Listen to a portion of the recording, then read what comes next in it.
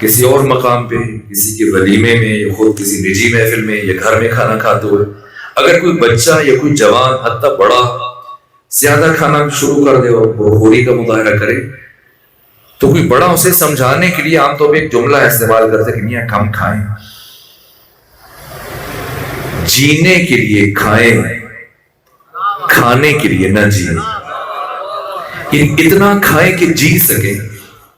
یہ نہیں کہ آپ کھانے کو اپنا مقصد حیات بنانے کی مسلسل کھاتے چلے جائیں، بظاہر یہ بہت اچھی بات ہے، واقعی اچھی بات ہے، لیکن جس بچے یا جوان سے یا جس مخاطب سے کہا جا رہا ہے کہ کم کھائیں اور جینے کے لیے کھائیں، کھانے کے لیے نہ جییں، اگر وہی بچہ یا جوان پلٹ کر اس بڑے سے پوچھ لے کہ بتائیں اگر ہم کھانے کے لیے نہ جییں تو پھر کس لیے جییں؟ بظاہر یہ سادہ سوال ہے، لیکن شاید ہم بہت جلدی اس کا جواب نہ دے سکیں۔ یہاں تک کہ دنیا کے بڑے بڑے فلسفی اس سوال کے جواب میں ہمیں عاجز دکھائی دیے۔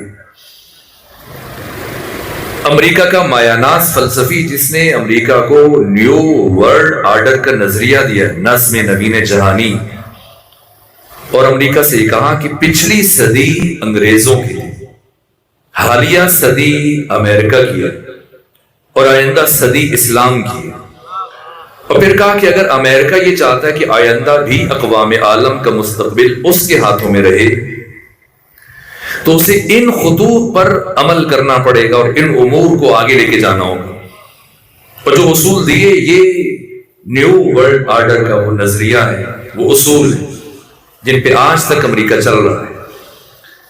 یہی ہارٹنگٹن، امریکہ کا مایاناز 48 سالہ فلسفی جس نے اپنی زندگی میں 3 کتابیں لکھی، اور عالمی سطح پر ہارٹنگٹن کی جس کتاب کو سب سے زیادہ شہرت ملی، پذیرائی ملی، پسند کیا گیا، وہ ان کی کتاب دا میننگز آف لائف، اور اس کے شروع میں ہارٹنگٹن نے یہ جملہ کہا کہ اکثر لوگ زندگی گزار رہے ہیں، زندگی کیا ہے، اس کی حقیقت کیا ہے، اس کی ماہیت کیا ہے، یہ بہت کم لوگوں کو پتا ہے۔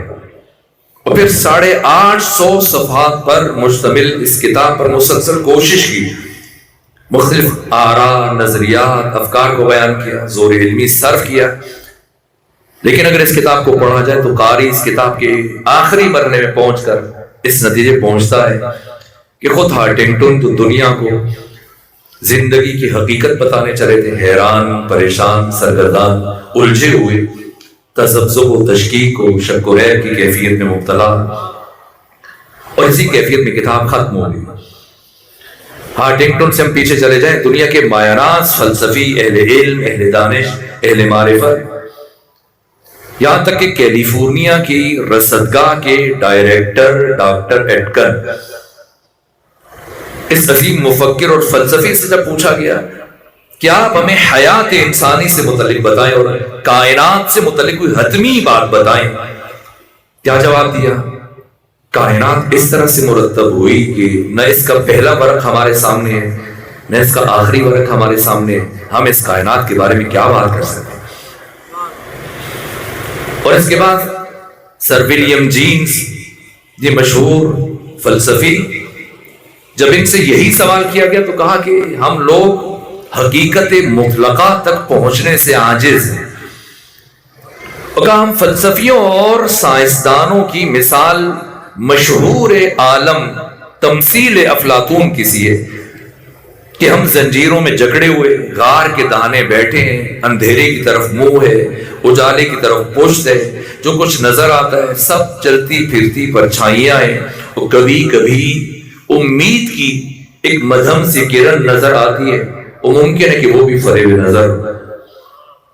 اور خود مادیت کے امام ہیگل، ان کا یہ بیان ہے کہ ہم کائنات کی عقدہ کشائی سے اتنے ہی دور ہیں جتنے آج سے 2400 سال قبل حکماء یونان، 200 سال قبل گوئٹے، 100 سال قبل نیوٹن۔ اور خود نیوٹن نے حیات انسانی اور کائنات سے متعلق گفتگو کرتے ہوئے کہا کہ میں سمندر کے کنارے پر بیٹھ کر سیپیاں چن رہا ہوں، موتی کا پتہ نہیں۔ اور جب یہی سوال سقراط جیسے فلسفی سے پوچھا گیا تو کہا کہ ہم تو یہ جانتے کہ علم کا سمندر بے کنار ہے، اور میں اپنی زندگی کے آخری مرحلے پر اس نتیجے پہنچوں کہ میں یہ جانتا ہوں کہ میں کچھ نہیں جانتا۔ انسان کی زندگی، حیات انسانی کی حقیقت، ہدف زندگی، مقصد زندگی، دنیا کے بڑے بڑے فلسفی، بڑے بڑے دانشور، بڑے بڑے حکماء، عقلاء اس کو بیان کرنے سے عاجز ہیں، قاصر ہیں۔ انسان سے متعلق حتمی اور فیصلہ کن بات صرف وہ ذات کر سکتی کہ جس نے انسان کو عدم سے وجود دیا، نہیں سے ہے بنایا۔ اور جب پروردگار نے بات کی تو پھر ہر طرح کے تذبذب، تشکیک، شک و ریب سے ماورا بالاتر والعصر، قسم ہے عصر کی، عصر اسارا، نچوڑ، عصر کی جو مصادیق بیان کیے گئے روایات میں، احادیث میں، مفسرین محدثین نے بیان کیے، ان کی تعداد تقریباً 20 ہے۔ عصر یعنی وقت عصر، عصر یعنی بعثت ختمی مرتبہ۔ بس یہ تاکہ تمہید استوار ہو جائے، ہم یہاں پچھلی گفتگو کا خلاصہ مکمل کر کے آگے بڑھنے میں کامیاب ہو جائیں۔ عصر یعنی روز غدیر، عصر یعنی ولایت امیر المومنین، عصر وہ نماز عصر جس نماز عصر کے دوران میں علی ابن ابی طالب نے اپنی انگوٹھی حالت رکوع میں زکات میں دی۔ عصر سے مراد قرآن، عصر سے مراد عصر عاشور، عصر سے مراد عصر ظہور امام زمانہ۔ ان تمام جتنے بھی مصادیق عرض کیے گئے ان میں ایک وحدت ہے۔ اس اصل مفہوم کو دیکھنا ہوگا۔ میں شرمندہ ہوں، تھوڑا میں مسلسل سفر کر کے حاضر ہوا تو شاید گفتگو میں وہ زیادہ تسلسل نہ ہو، کل سے ہم زیادہ بہتر انداز میں اپنی بات کو آگے بڑھائیں گے۔ یہ جتنے بھی مصادیق بیان کیے گئے ان سب کے اندر آپ کو وہ ایک روح نظر آئے گی، جیسا امام راغب اصفہانی نے بیان کیا۔ مثلا فرض کر لیجیے جن، جن کو جن کیوں کہتے ہیں؟ جن، جنین، جنون، جنت، جنہ، مجنون، یہ سب ایک خاندان کے الفاظ ہیں، روٹ ورڈ وہی ایک ہے، پھر وہ تمام مشتقات میں وہی الفاظ ریپیٹ ہو رہے ہیں۔ اس کا مفہوم ہے پوشیدگی، استتار، خفا، چھپا ہوا۔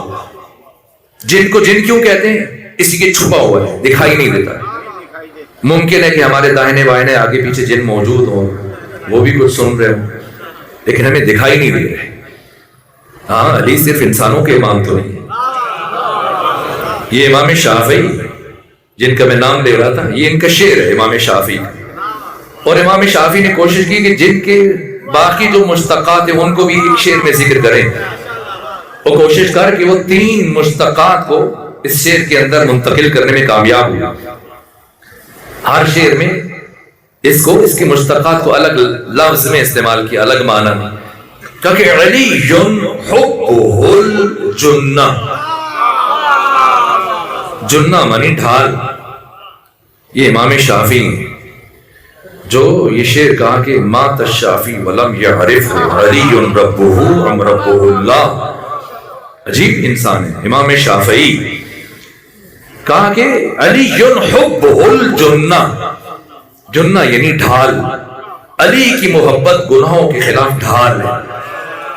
جیسے پیغمبر اسلام نے فرمایا کہ حب علی یاکل الذنوب کما تاکل النار الحطب، علی کی محبت اس طرح سے گناہوں کو کھا جاتی ہے جس طرح سے آگ لکڑیوں کو کھا جاتی ہے۔ علی حبہ الجنہ، علی کی محبت ڈھال ہے گناہوں کے خلاف۔ پھر قسیم النار والجنہ، پھر اسی کو دوسرے میں استعمال کیا لفظ میں، علی جنت اور دوزخ کا بانٹنے والا ہے۔ جب کسی نے مولے متقیان پر طعنہ زنی کی، علی آپ کے بابا ابو طالب وہ جہنم میں جائیں گے، فرمایا جنت و جہنم کا بانٹنے والا میں علی ہوں۔ قسیم النار والجنہ، وصی المصطفیٰ حق، امام الانس والجنہ۔ تو علی جنوں کے بھی امام ہے اور انسانوں کے بھی امام ہے۔ تو اگر ذکر علی اور انسان آئے تو تعجب نہیں، اور جن بھی آ سکتے ہو، داہنے بائنے اگر کوئی بیٹھا ہو تو این ممکن ہے۔ تو جن کو جن کیوں کہتے کہ ہے پاس لیکن نظر نہیں آتا. اسی طرح سے جنین، وہ بچہ جو ابھی تک بطن مادر میں اور دنیا میں نہیں آیا، ہم دیکھ نہیں سکتے، جب ولادت ہوگی تب دیکھ پائیں گے. اور جنون اور مجنون کسے کہتے ہیں؟ جس کی عقل پردے میں چلی جائے. اور جنہ جس کا مطلب ہے ڈھال، اس کو جنہ کیوں کہتے ہیں؟ کہ سپاہی کو اس کے چہرے کو اپنے پیچھے چھپا لیتے ہیں. اور جنت کو جنت کیوں کہتے ہیں؟ اس لیے کہ جنت کی سرزمین درختوں کے نیچے چھپ جاتی ہے، وہ اوپر سے نگاہ ڈالے تو پھر دکھائی نہیں دے گا. تو استتار، پوشیدگی، خفا، یہ مفہوم آپ کو تمام مشتقات میں نظر آئے گا. اسی طرح سے عصر کا مطلب ہے اسارہ، نچوڑ، جوہر، سلالہ. جتنے بھی مصادیق میں نے آپ کی خدمت میں عرض کیے یا بعد میں عرض کروں گا، یہ مفہوم، یہ مطلب، یہ معنی آپ کو سب میں دکھائی دے گا. اگر کہا جائے کہ عصر سے مراد بعثت رسول ہے تو بعثت ختمی مرتبہ پچھلے تمام نبیوں کی رسالتوں اور نبوتوں کا نچوڑ ہے. اور اگر کہا جائے کہ عصر سے مراد روز غدیر ہے یا ولایت امیر المومنین یا خود ذات علی ابن ابی طالب، تو آدم سے لے کر محمد تک تمام تر نبیوں کی نبوتوں کا نچوڑ، سلالہ، اسارہ، خلاصہ خود روز غدیر، جو 1,24,000 انبیاء کی نبوتوں کے تحفظ کی ضمانت ہے.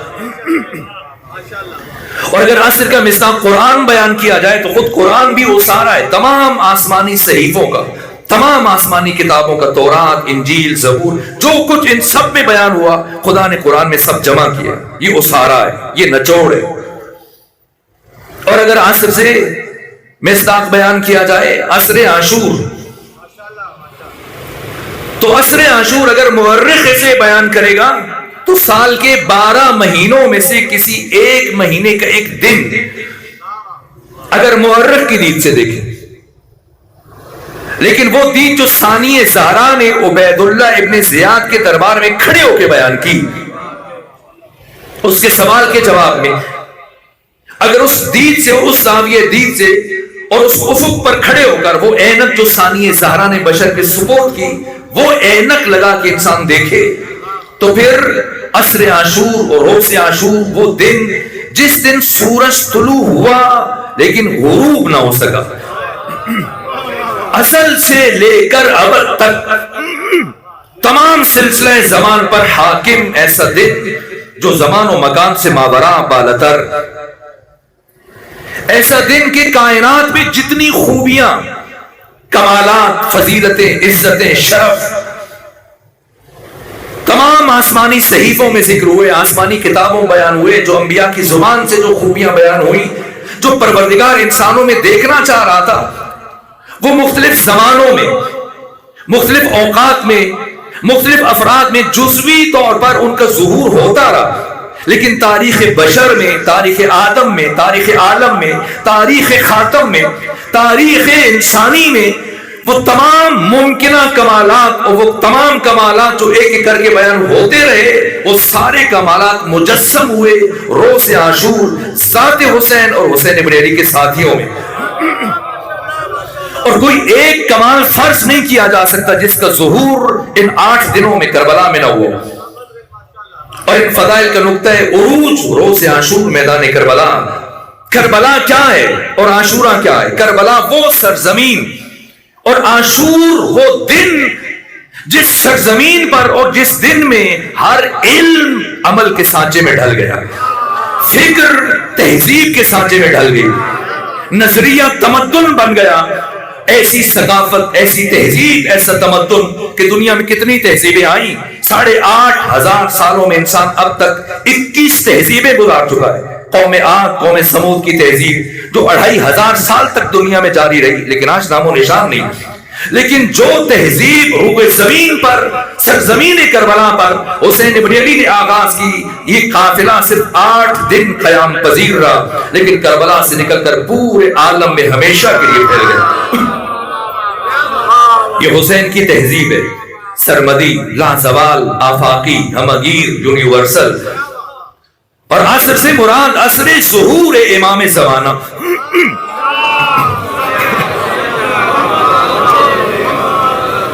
یوسف فاطمہ منجی عالم بشریت امام زمانہ، جو احادیث کے تناظر میں آیت اللہ وحید خراسانی نے خوبصورت تعبیر استعمال کی. کون ہے؟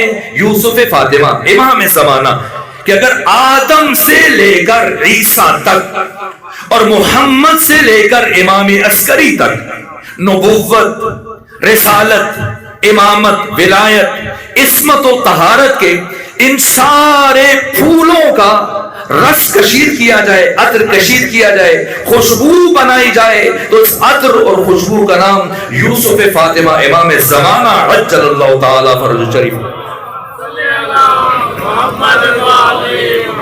تو جب عصر کی قسم، اس لیے میں آپ کو ایک معنی نہیں کر رہا. اگر میں کہوں والعصر تو قسم روز بعثت کی، یا قسم بعثت رسول کی.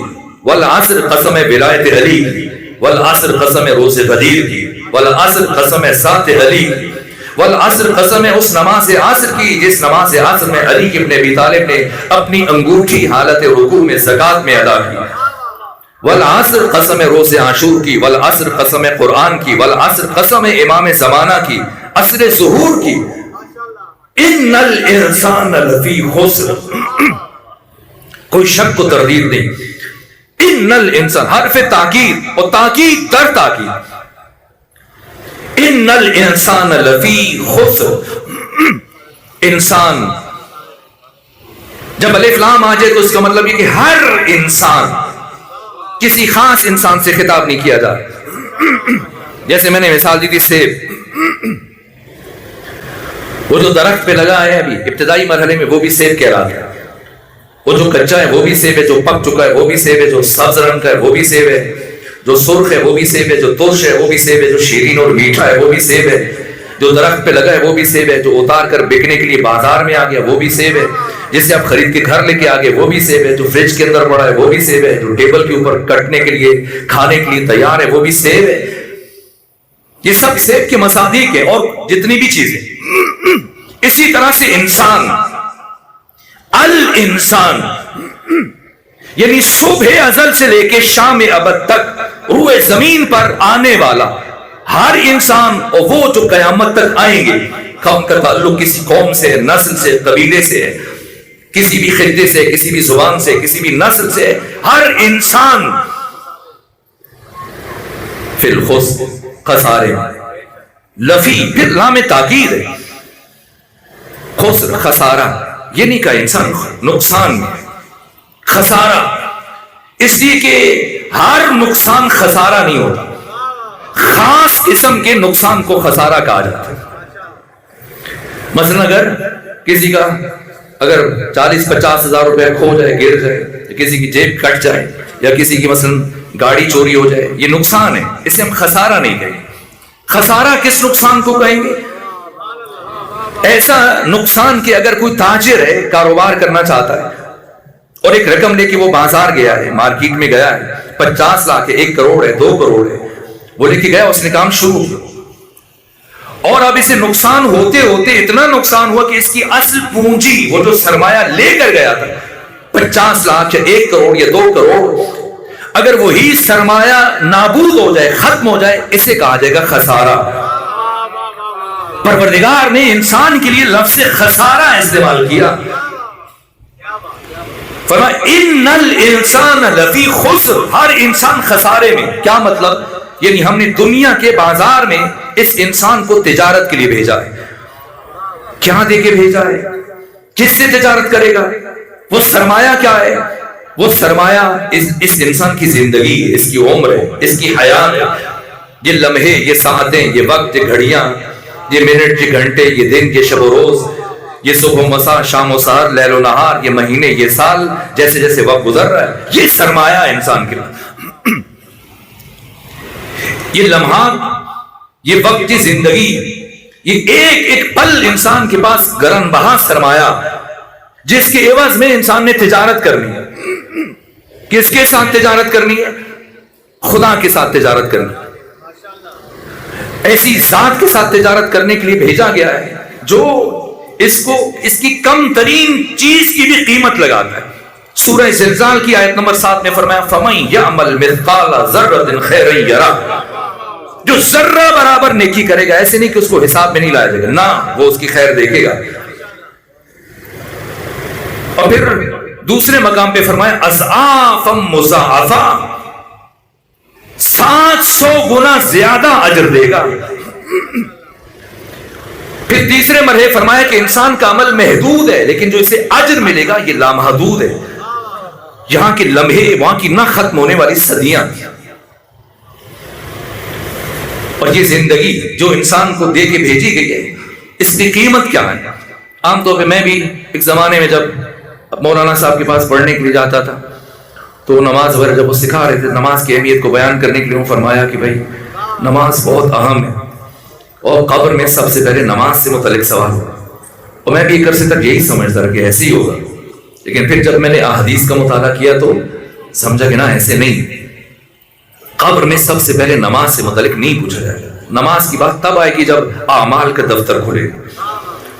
قبر میں انسان سے سب سے پہلے اس کی زندگی سے متعلق سوال کیا جائے گا، اس کی زندگی کے ایک ایک لمحے سے متعلق پوچھا جائے گا، بتا یہ زندگی کہاں گزاری، کیسے گزاری، ایک ایک لمحہ، یہ متاع گران بہا، یہ وقت جس ساعتیں کہ امیر المومن فرماتے ہیں فوت الوقت اشد من فوت الروح، جب انسان کا وقت ضائع ہو رہا ہوتا ہے تو یہ اس سے کہیں زیادہ سخت ہے کہ انسان کی موت ہو جائے، مرنے سے زیادہ اور سخت وقت کا ضائع ہونا ہے۔ روح انسان کی اس کائنات سے اس کا تعلق ٹوٹ جائے، اس سے کہیں سخت ہے کہ انسان کا وقت ضائع ہوتا ہے۔ کیوں؟ کَلِأَنَّ فوت الوقت انقطاع عن المخلوق، لأن فوت الوقت انقطاع عن الخالق وفوت الروح انقطاع عن المخلوق، اس لیے کہ جب انسان کا وقت ضائع ہو رہا ہوتا ہے تو اس کا خدا سے رابطہ کٹ جاتا ہے، اور جب انسان مرتا ہے تو اس کا مخلوق سے رابطہ کٹ جاتا ہے۔ مخلوق سے رابطہ کٹ جانا یہ اتنا سخت نہیں ہے، اگر کسی کا خدا سے رابطہ کٹ جائے، جس کا وقت ضائع ہو رہا ہے، برباد ہو رہا ہے، ایک ایک لمحے کا حساب، یہ عصر، یہ وقت، یہ زندگی، یہ لمحے، اس کی قیمت کیا ہے؟ علی نے بتایا، امیر المومنین، بس میں خلاصہ کر لوں، بس یہاں سے پھر بات آگے بڑھ گئی۔ درزی کے پاس گئے اور اسے کپڑا دیا کہ میرے لیے کرتا تیار کر، اور 3 دن کے بعد اس نے کرتا تیار کیا اور حضرت لینے کے لیے گئے وقت موعود پر، اس نے دیا تو کہا اگر زحمت نہ ہو تو پہن کے دکھا دیں، چھوٹا بڑا نہ ہو۔ حضرت نے اس کی خواہش کے احترام میں کرتا پہنا اس کی دکان کے گوشے میں، اور جب پہنا تو اس کی آستینیں لٹکی ہوئی تھیں ایسے انگلیوں سے باہر، تو پشیمان ہو گیا کہ میں نے، حضرت نے پورے مدینہ کو چھوڑ کے میرے پاس آئے، میں نے سینے میں سستی کر دی، غفلت کر دی۔ تو حضرت نے دیکھا، پشیمان ہو، فرمایا قینچی لو، قینچی لی، خود آگے سے حضرت نے وہ جو آستینیں بڑی تھی انہیں کاٹ دی، اور وہ شرمندہ ہو رہا تھا، تو وجہ سے کہ شرمندہ کرتے مزید کہ تم نے کیا کیا، تو اس کو شکریہ ادا کیا، کہا مجھے کرتے کے لیے تمہارے پاس اور تم نے 2 چیزوں کا انتظام کر دیا، میرے پاس رومال نہیں تھے، تم نے کرتے کا بھی انتظام کیا، رومال کا بھی انتظام کر دیا۔ تو وہ دونوں کپڑے جیب میں ڈالے، چلنے لگے تو اس درزی نے کہا امیر المومنین اگر زحمت نہ ہو ایک دفعہ یہ واپس کریں مجھے، تاکہ پہلے میں نے اس کی جو سامنے سے آستین تھی اس کی سلائی کی تھی وہ دیکھنے میں بڑی خوبصورت لگ رہی تھی، اور اب آپ نے اسے کاٹا ہے تو وہ اس کی خوبصورتی ختم ہوگی، اگر آپ بیٹھیں کچھ لمحے انتظار کریں، میں پھر سے آستین کو سامنے سے ذرا آراستہ کروں تاکہ دیکھنے والوں کو اچھی لگے، خوبصورت لگے۔ جوان اپنے کپڑے وغیرہ آراستہ کرتے ہیں خوبصورت کر کے، تو کیا جملہ تھا کہ درزی علی کے پاس اتنا وقت کہاں ہے کہ وہ اسے ایک کرتے کی تزئین اور آرائش میں صرف کر دیں۔ اگر علی کے پاس وقت نہیں تو علی کے پیروکار کے پاس یہ وقت کہاں سے آ گیا؟ یہ وقت، یہ لمحے، یہ ساعتیں، یہ گھڑیاں، ایک ایک لمحہ آخرت میں نہ ختم ہونے والی صدیوں کے برابر ہوگا۔ والعصر ان الانسان لفی خسر، خسر کو نکرہ رکھا ہے، الف لام نہیں ہے، نکرہ ایک شدت کا معنی دیتا ہے، دوسرا وسعت کا معنی دیتا ہے، اور پھر فی کہہ کے پروردگار بتا رہے ہیں انسان سر سے لے کے پاؤں تک خسران میں ڈوبا ہوا ہے، خسارے میں ڈوبا ہوا ہے۔ الا الذین آمنوا، سوائے وہ جو ایمان لے آئے، وعملوا الصالحات، عمل صالح انجام دے، وتواصوا بالحق وتواصوا بالصبر، حق کی وصیت کی، صبر کی وصیت کی. اب اس سورہ کے الفاظ پہ غور فرما رہے ہیں، لفظ وصیت استعمال کر رہے پروردگار، نصیحت نہیں کہا، وصیت کا. وصیت کب کی جاتی ہے؟ جب انسان مرنے والا ہوتا ہے. یعنی انسان کبھی قطعی طور پر اس کا اجل، وقت اجل معین نہیں ہے، کسی بھی لمحے موت آ سکتی. لہذا ہمہ وقت آمادہ ہو، جو بھی کہو اسی انداز سے وصیت، اور جو بھی سنو اسی انداز سے. بس میرے عزیز، والعصر، آج کی حد تک میں اس سے زیادہ شاید بیان نہ کر سکتا، اور کل سے اپنی بات آگے بڑھائیں گے. اور معصومین علیہ السلام کی زندگیوں کے تناظر میں، کربلا سے لے کے عاشور تک، اسی آیت کی تعلیمات کے تناظر میں اس سلسلے کو، اس فکر کو سمجھنے کی کوشش کریں گے. والعصر، قسم ہے زمانے کی، قسم ہے ڈھلتی ہوئی عمر کی، قسم ہے وقت عصر کی. وقت عصر کو بھی وقت عصر اسی لیے کہا جاتا ہے کیونکہ پورا دن آخری مرحلے میں پہنچ جاتا ہے. آپ کسی بنا کو، معمار کو، کسی مستری کو، کام والے کو بلاتے ہیں، 8 گھنٹے کام کرنے کے بعد اب وہ جانے لگتا ہے، آپ سے مزدوری کا مطالبہ کرتا ہے. آپ پہلے روک کر اس کی دن بھر کی کارگزاری کو مشاہدہ کرتے ہیں. کیا کیا آج دن میں اس نے؟ عصر. اس کا ایک مصداق وقت عصر، ایک مصداق نماز عصر. بس میں انہی لفظوں پر اکتفا کر رہا ہوں. والعصر ان الانسان لفی خسر، ہر انسان خسارے میں. کون سی چیز خسارے سے بچا سکتی ہے؟ الا الذین آمنوا وعملوا الصالحات وتواصوا بالحق وتواصوا بالصبر. میں آخری جملہ آج کی حد تک عرض کر رہا ہوں. شرمندہ ہوں کہ سفر کے باعث اور طبیعت کی ناسازی کے باعث میں زیادہ تفصیلی گفتگو آج کی حد تک عرض نہیں کروں گا. یہ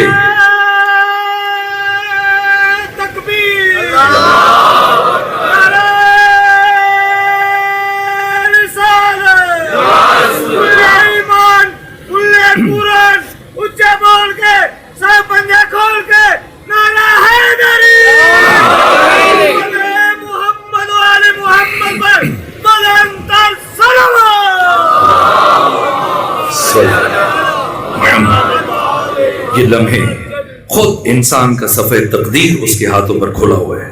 ہم نے اپنی تقدیر کا فیصلہ خود کرنا ہے. یہ زندگی، یہ لمحے، خود انسان اپنی زندگی، اپنی تقدیر درج کر رہا ہے. یہ دنیا بازار ہے جس میں انسان نے خرید و فروخت کرنی ہے. اور علی بشر سے خطاب کرتے فرما رہے، اے انسان خیال رکھنا تمہارے نفس کی کم از کم قیمت جنت ہے،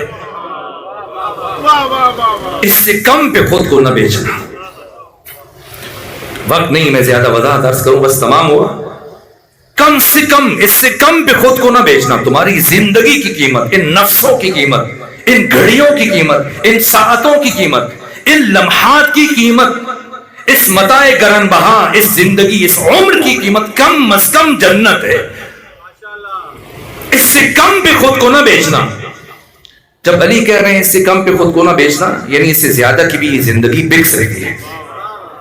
اس عمر کی قیمت جنت سے بھی زیادہ لگ سکتی ہے. کتنی قیمت ہو سکتی ہے تو خود اس سے نہ پوچھا جائے جو خود یہ بات ہمیں بتا رہا ہے کہ کم از کم تمہارے نفس کی قیمت جنت ہے. زیادہ سے زیادہ قیمت کیا ہو سکتی ہے؟ خود یہ کہنے والے نے بتایا، خود علی نے بشر کو بتایا کہ اس جان کی زیادہ سے زیادہ قیمت کیا ہو سکتی ہے. اب کب بتایا؟ حدیث نہیں کہ کوئی انکار کرے، قرآن نے بیان فرمایا، وَمِنَ النَّاسِ، لوگوں میں سے ایک، من جو یشری بیچتا ہے، نفسہ، اپنا نفس، اپنی جان، اپنی زندگی، یہ متاع حیات کتنے میں بیچتا ہے؟ ابتغاء، بدلے میں مرضات اللہ، رضا خدا، مشیت خدا، مرضی خدا. علامہ نقل نے ایک بہت خوبصورت جملہ کہا اس آیت کے ضمن میں، کہا دنیا کے سارے تاجر مل کر دن کے اجالے میں جاگتے ہوئے وہ تجارت نہ کر سکیں جو علی ابن ابی طالب نے رات سوتے میں تجارت کی.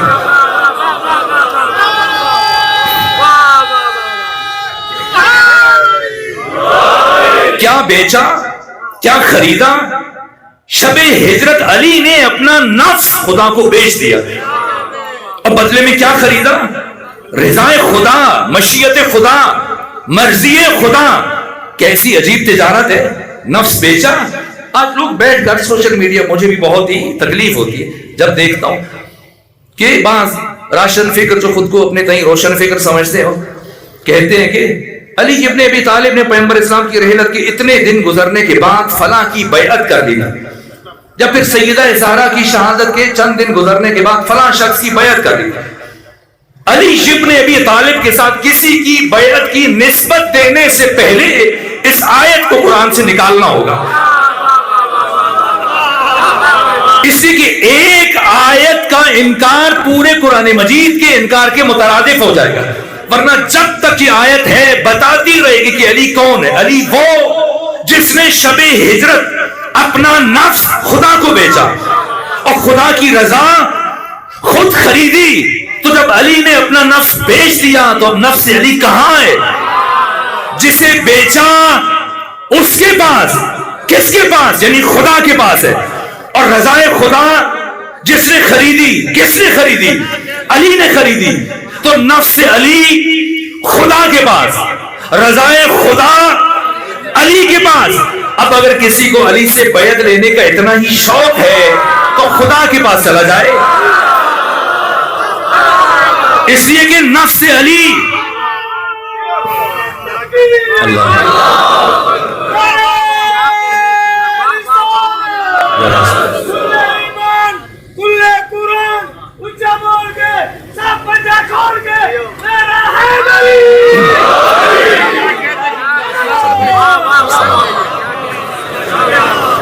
جسے علی سے بیعت لینے کا شوق ہے جائے خدا کے پاس، اس لیے کہ نفس علی وہاں ہے۔ اور اگر کسی کو رضی اللہ بننے کا شوق ہے تو وہ علی کے دروازے پر آ جائے، اس لیے کہ رضائے خدا یہاں ہے۔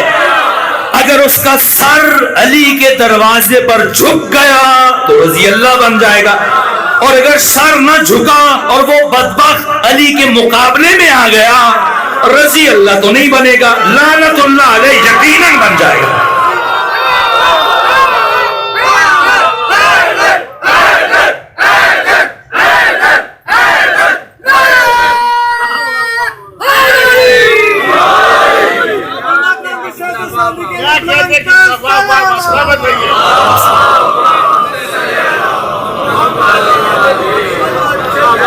جو علی کے مقابلے میں آئے وہ بھی لعنت اللہ علیہ، جو حسین کے مقابلے میں آ جائے۔ اور یہ حسین ہے، بشر کو خسارے سے بچانے کے لیے کتنے کریم ہیں، انسان تصور نہیں کر سکتا۔ حق تعالیٰ کے لامحدود رحمت کا تجسم حسین ابن علی روز عاشور خیمے کے دروازے پر بیٹھے زار زار رو رہے۔ تمام عزیز شہید ہو گئے، بھائی شہید، بیٹے شہید۔ جناب علی اصغر کی شہادت کے بعد، اپنی شہادت سے پہلے در خیمہ پہ بیٹھے زار زار گریہ کر رہے۔ ثانیہ زہرا آگے بڑھی، پوچھا بھیا حسین عباس کو یاد کر کے رو رہے؟ فرمایا نہیں بہن۔ کہا کہ علی اکبر کو یاد کر کے رو رہے؟ فرمایا نہیں بہن زینب۔ تعجب کیا، کہا بھیا حسین پھر کیوں رو رہے؟ یہ حسین ہے اور صرف حسین یہ بات کہہ سکتے۔ فرمایا یا اختی ابکی علی ہؤلاء الذین سیدخلون النار بسببی، میں تو ان دشمنوں کی وجہ سے رو رہا ہوں جو عنقریب میری وجہ سے ہمیشہ کے لیے جہنمی ہو جائیں گے۔ یہ حسین کتنے کریم، حق تعالیٰ کے لامحدود کرم کا تجسم، جو دشمن کی ہلاکت پر، دشمن کے خسارے پر گریہ کرے۔ یہاں تک کہ شب عاشور بدترین دشمن عمر ابن سعد کو بلایا، کہا عمر ابن سعد انہیں میرے خلاف جنگ کرنے دو، تم واپس چلے جاؤ، تم سعد ابن ابی وقاص کے بیٹے ہو، تمہارا باپ رسول اللہ کا صحابی رہا، واپس چلے جاؤ۔ بہت سمجھایا تو اس نے بہانہ جوئی سے کام لیا۔ جب مسلسل بہانہ بازی کی تو آقا نے فرمایا، کیونکہ اس کو یزید ابن معاویہ ابن ابو سفیان ابن حرب ابن امیہ نے حکومت رے کی یہ لالچ دی تھی، یہ برابر چونکہ جب اس کے والد سعد ابن ابی وقاص نے ایران کو فتح کیا، جنگ قادسیہ لڑی، تو یہ خود اپنے باپ کے ساتھ گیا تھا وہاں پہ۔ ایران اور مشہد اور خراسان اور رے، یہ سارا علاقہ رے موجودہ تہران جو خراسان تک پھیلا ہوا ہے، تو وہاں پہ گیا تو یہ بہت سرسبز و شاداب اور خوبصورت سرزمین کی، اسے بہت اچھی لگتی ہے، اور تب سے اس کے دل میں ایک حسرت تھی کہ کاش مجھے یہاں کی حکومت مل جائے۔ اور حاکم شام کو اس کی کمزوری سے اندازہ تھا، اس لیے اس کو حکومت رے کی لالچ دی گئی۔ اور دوسری جانب کس خاص موقع پر جب آقا حسین مدینہ چھوڑ چکے تھے، اور اس کو یہ کہا گیا کہ تم ایک فوج تیار کرو، وہاں پر رے میں، تہران میں، ایران میں ایک بغاوت ہے، اسے کچلو گے تو پھر جا کے حکومت کر لینا۔ تو پہلے مرحلے میں عمر ابن سعد نے 4000 کی فوج تیار کی۔ جب فوج تیار کر چکا تو عبید اللہ ابن زیاد نے کہا کہ ابھی بعد میں آپ کو بھیجیں گے رے کی جانب، پہلے حسین ابن علی آ رہے خلیفہ کے خلاف خروج کیا ہے، تو آپ چل کے پہلے وہ اس مسئلے کو حل کرو، ان کا مقابلہ کرو۔ تو بادر ناخواستہ یہ آگے آیا مقابلے، لیکن تذبذب میں تھا۔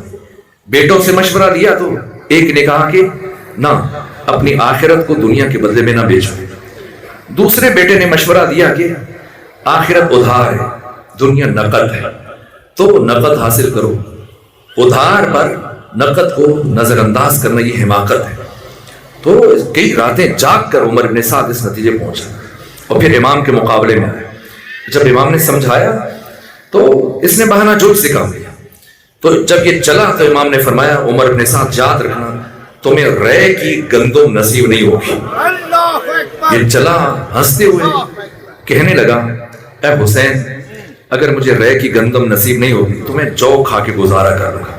یہ چلا گیا، لیکن صرف 4 سال گزرنے کے بعد دنیا نے یہ منظر دیکھو، تمام مورخین نے لکھا یہی عمر ابن سعد ابن ابی وقاص ہاتھوں میں رے کی حکومت کا پروانہ لیے، کیونکہ سب جھوٹ تھا، دھوکہ تھا، اس کو استعمال کیا گیا۔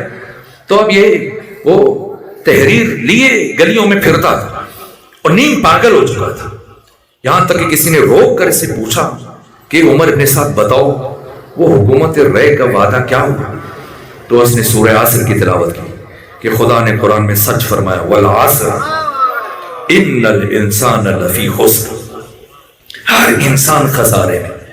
حسین آئے تاکہ بشر کو خسارے سے بچا سکے، اور یہ بشر اگر خسارے سے بچ سکتا صرف حسین کی شہادت سے اور حسین کے ساتھیوں کی شہادت سے اور خاص شخصیات کو ساتھ لانے کی بنا پر، تو میں اللہ قسم کھا کے کہتا ہوں کم سے کم حسین ابن علی اپنی چھوٹی بیٹی سکینہ کو اپنے ہمراہ لے کے نہ جاتے۔ اگر جناب سکینہ کو کربلا میں اپنے ہمراہ لے جائے بغیر بشر خسارے سے بچ سکتا، حسین سکینہ کو ساتھ نہ لے جاتے۔ کون ہے یہ بچی؟ وقت بہت ہو گیا اور سینے میں سکت نہیں، چند جملے بس منہاج الدموع اور ریاض القدس کی ایک روایت عرض کروں۔ مقتل نگاروں میں یہ گفتگو ہوئی کہ کربلا میں سب سے زیادہ مصائب کس پر آئے؟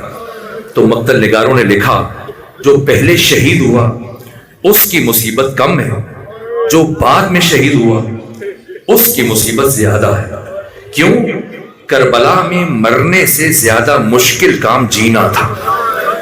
جو جتنی دیر زندہ رہا اس نے اتنی مصائب کو برداشت کیا۔ اور پھر مقتل نگاروں نے یہ جملہ لکھا کہ جو سب سے آخر میں شہید ہوا اس کی مصیبت باقی سارے شہیدوں سے زیادہ تھی۔ اور پھر یہ جملہ لکھا گیا سارے شہیدوں کی مصیبت ایک طرف اور ایک ایک قیدی کی مصیبت ایک طرف۔ اور پھر مقتل نگاروں نے یہ جملہ لکھا کہ سارے قیدیوں کی مصیبت ایک طرف اور حسین ابن علی کی چھوٹی بیٹی سکینہ کی مصیبت ایک طرف، جس بی بی کی زندگی کا ہر لمحہ ایک مستقل مصیبت تھی۔ یہاں تک کہ یہ ایام جب کاروان چلا کربلا سے شام کی جانب تو شمر ابن ذوالجوشن باقی 11 جرنیلوں کے ساتھ، جن میں شبس ابن ربعی تھا، عمرو بن حجاج زبیدی تھا، محمد بن اشعث بن قیس کندی تھا، حسین ابن عمیر، یہ تمام افراد کے ہمراہ آگے بڑھا ہنستا ہوا اور ثانیہ زہرا سے قریب آ کے کہنے لگا کہ ہم آپ کو سوار کرانے کے لیے آئے۔ ثانیہ زہرا نے فرمایا ہم مخدرات عصمت و طہارت ہیں، ہم نبی زادیاں ہیں، کوئی ہمارے قریب نہیں آئے گا، ہم خود سوار ہوں گے۔ یہاں تک کہ ثانیہ زہرا نے بندے ہوئے ہاتھوں سے ایک ایک بیوی کو سوار کیا، ایک ایک بچے کو سوار کیا، خود سید سجاد کو سوار کیا، اور سب سے آخر میں بیوی نے اس بچی کو سوار کیا جس کی خصوصی طور پر امام حسین نے وصیت فرمائی تھی، زینب میری سکینہ کا بہت خیال رکھا۔ سوار کیا اور پھر ارادہ کیا کہ خود آگے بڑھ کر جناب سکینہ کے ساتھ سوار ہو جائے، لیکن جیسی ثانیہ زہرا نے جناب سکینہ کے ساتھ سوار ہونے کا ارادہ کیا، شمر ابن ذوالجوشن جو کافی دیر سے غصے میں دانت پیس رہا تھا، یہ آگے بڑھا اور آگے بڑھ کے کہنے لگا علی کی بیٹی میں اس بچی کے ساتھ کسی اور کو سوار نہیں ہونے دوں گا۔ ثانیہ زہرا نے فرمایا ارے شمر، اس بچی نے کبھی محمل پر اکیلے سفر نہیں کیا، کیسے ممکن ہے کہ بے پالان شتر کی پشت پر یہ بچی اکیلے سفر کر سکے، یہ بچی گر جائے گی۔ شمر کہنے لگا نا علی کی بیٹی میں ایسا انتظام کر دیتا ہوں، آپ کی بچی نہیں گرے گی۔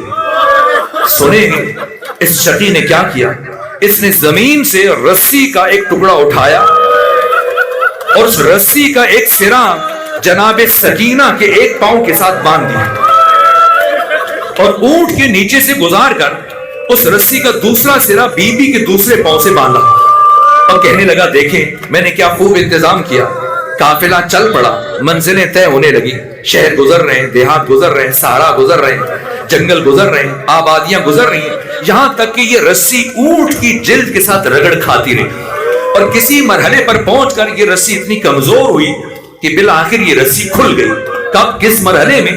جب یہ کاروان ایک جنگل سے گزر رہا تھا، رات کا آخری پہر تھا اور رسی کھلی، حسین ابن علی کی 4 سالہ بیٹی سکینہ اونٹ کی بلندی سے زمین پر آئی، لیکن رات کی تاریکی تھی، سناٹا تھا، کسی کو پتہ نہ چلا کہ حسین ابن علی کی بیٹی گر چکی ہے۔ اس کے باوجود چند قدم طے کرنے کے بعد یہ کاروان رک گیا اور جیسی کاروان رکا شمر ابن ذوالجوشن تازیانہ لیے اپنے سپاہیوں کے پاس غصے سے پلٹا، کہا میں نے تمہیں منع کیا تھا میری اجازت کے بغیر نہ رکنا، کیوں رکے ہو؟ کہا اے شمر کیا کرے، وہ نیزہ جس پر سر حسین ابن علی سوار،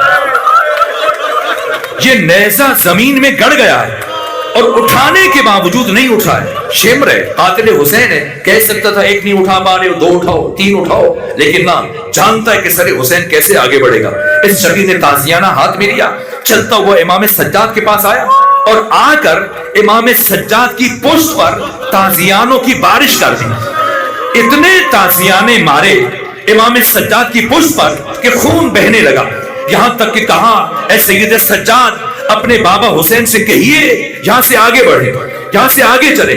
جیسے ہی شمر نے یہ جملہ کہا امام سجاد نے اپنے بابا کے کٹے ہوئے سر کی طرف روک کیا اور کہا بابا جان اپنے بیٹے سجاد کو یہاں رکنے کا سبب بتا دیجیے، اپنے بیٹے سجاد کو یہاں رکنے کی وجہ بتا دیجیے۔ ایک مرتبہ لبہائے حسینی میں جنبش پیدا ہوئی، فرمایا ارے سجاد میری بیٹی سکینہ پیچھے جنگل میں گر گئی ہے اور جب تک سکینہ نہیں آئے گی میں یہاں سے آگے نہیں بڑھوں گا۔ میرے عزیزوں جیسی یہ آواز ثانیہ زہرا کے کانوں سے ٹکرائی، ایک مرتبہ بی بی نے خود کو اونٹ کی بلندی سے زمین پر گرایا اور آواز بلند کی اے بنتی السکینہ، اے بنتی السکینہ، ارے میری بیٹی سکینہ کہاں ہے؟ اور جب کہیں سے کوئی آواز نہ آئی تو ایک مرتبہ بی بی نے ڈھونڈنا شروع کیا اور ڈھونڈتے ڈھونڈتے ثانیہ زہرا پہنچی ہیں ایک جھاڑی کے عقب میں جہاں ایک معظمہ، ان کے چہرے پر نقاب ہے اور سکینہ اس بی بی کی گود میں سر رکھ کر سو رہی۔